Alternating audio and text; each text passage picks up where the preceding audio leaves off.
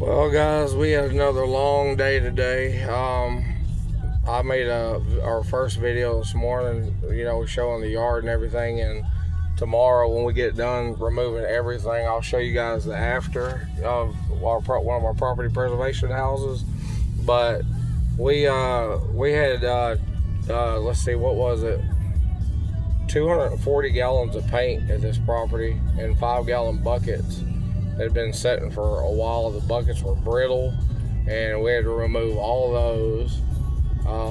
And then we got about 20. We measure things in cubic yards, so we got about 20 cubic yards of debris. It was like we had to take the stove. They had two of them, two deep freezes, and a bunch of metal in the yard. I guess these guys had like a construction company at one time, and they just, I guess, went out of business and left everything to just rot.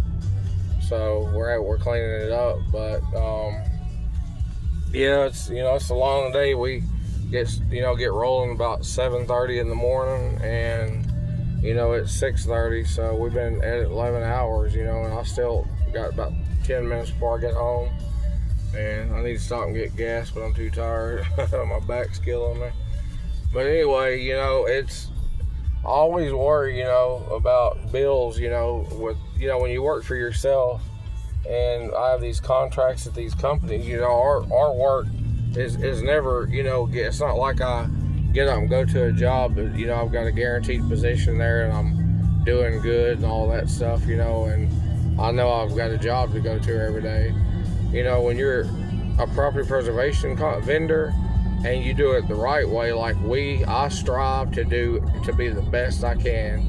I know there's probably better out there, but I'm gonna tell you what, there's a lot of these vendors that's doing this work, and they don't give a hoot about what they do, because they just, they send us a lot to clean up after other vendors, and then they end up getting a charge back, and they end up basically doing half-ass work for free.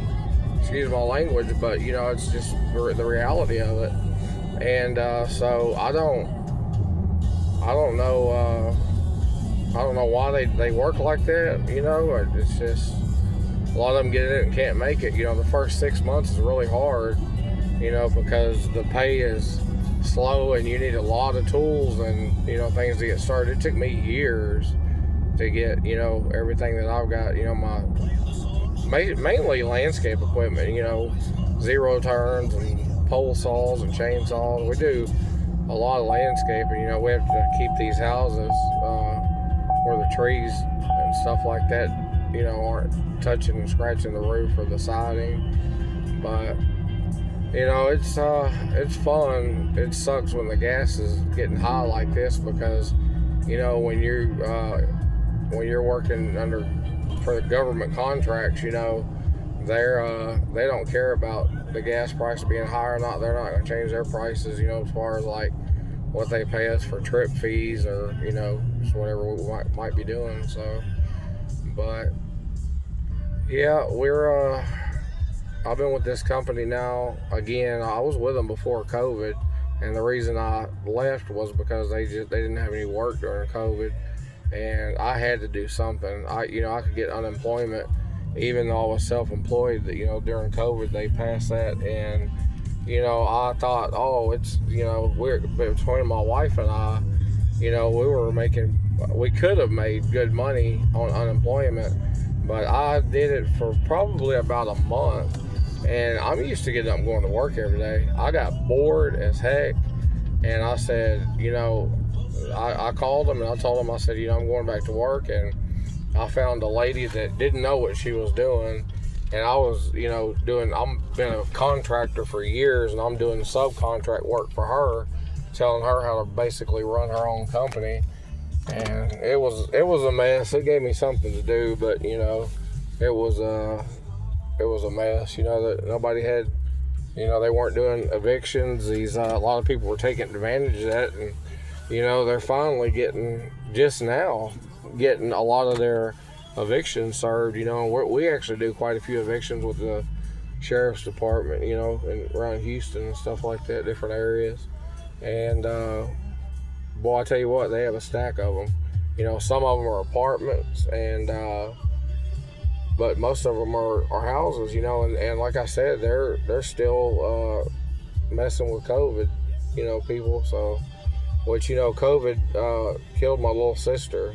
So I hate even talking about it. You know, but it's like I've had COVID 3 times. You know, and I tell you guys, you know, I'm in my mid 40s right now, and I tell you what.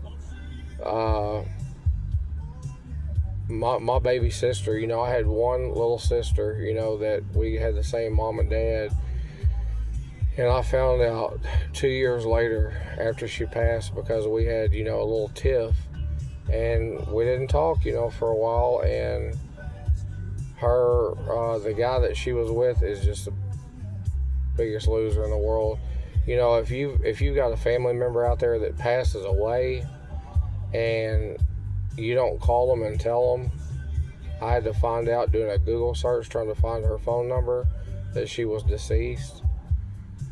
It was very bad. I cried my eyes out. I mean, it broke my heart. I still, everything that I do, you know, she couldn't breathe. They had to put her in a medically induced coma and, you know, on a breathing machine. I'll tell you what, sometimes when I take a deep breath, you know, and, you know, how it feels good and everything, it's like, I feel like, you know, that I shouldn't be experiencing that because my little baby sister couldn't breathe, you know, and I mean, it really sucks, you know, because I don't really have many people to talk to about it that understand, you know, but just because her and I had a little tiff doesn't, I loved her, you know, with all my heart, and, you know, we grew up together, and now she's gone, and, you know, I can't make up with her.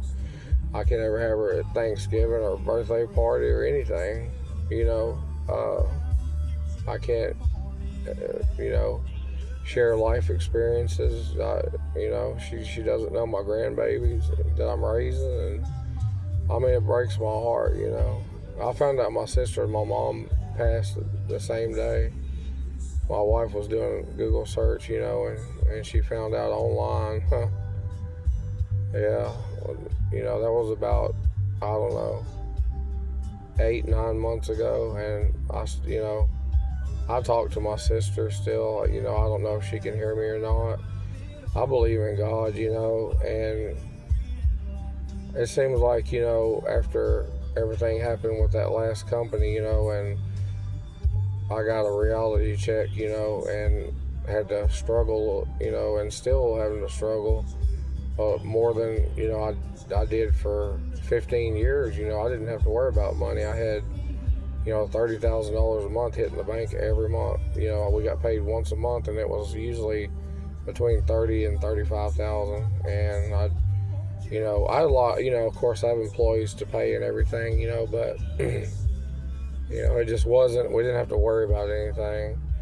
And you know, I'm working to get this company built up and get the volume coming in that we did with the last one, and I'll tell you, it takes all that I have to do it, but we're getting there. You know, we're getting there. You know, bad news, bad people that do bad things, the news spreads fast. People that, you know, that do things like, you know, they're supposed to follow the rules and all that, and you know, it takes a while before people trust you because they're used to working with people that just don't care. But, you know, if my name's on it, I want it to be the best that it can be. And that's what I strive for. And, you know, I wish, you know, maybe eventually I'll be able to go live on YouTube and, you know, talk to you guys, you know, and you know, messages and stuff like that. That's what I'm looking forward to, because, you know, it seems like my subscribers understand, you know, I guess, you know, it's just life that I'm going through. But I don't mean to bore you guys, you know, I'm just sitting here raving on. But anyway, I will upload an after video of that house, how good it's going to look after we get everything picked up, you know, and hauled off, and all the damage that the vandals did when they went in there. We've got to clean that up, and it's gonna look good. You know, it has to, because that's got my name on it. But anyway, guys, I mean it when I say it.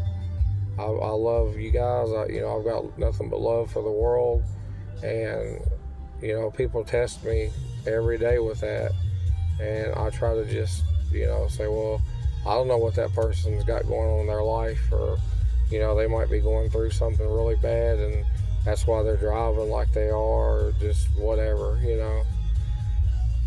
But I was in the military and stuff like that. I'm trying to also get my ego, and I'm trying to work on it.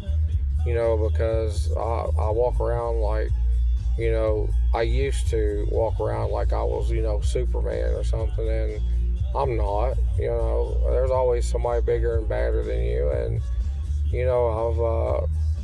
I don't want to put that out there anymore. I want to put good things out there and talk to people instead of making them intimidated by me. I want to be somebody they want to walk up to and say, hey, how you doing?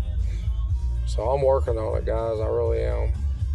It's very hard to overcome that, and a lot of it has to do with how you're raised too. So, but anyway, I will definitely make a video tomorrow and show you guys the after of what we got done, and I hope everybody has the best evening ever, and peace out, and nothing but love. All right, good night, guys.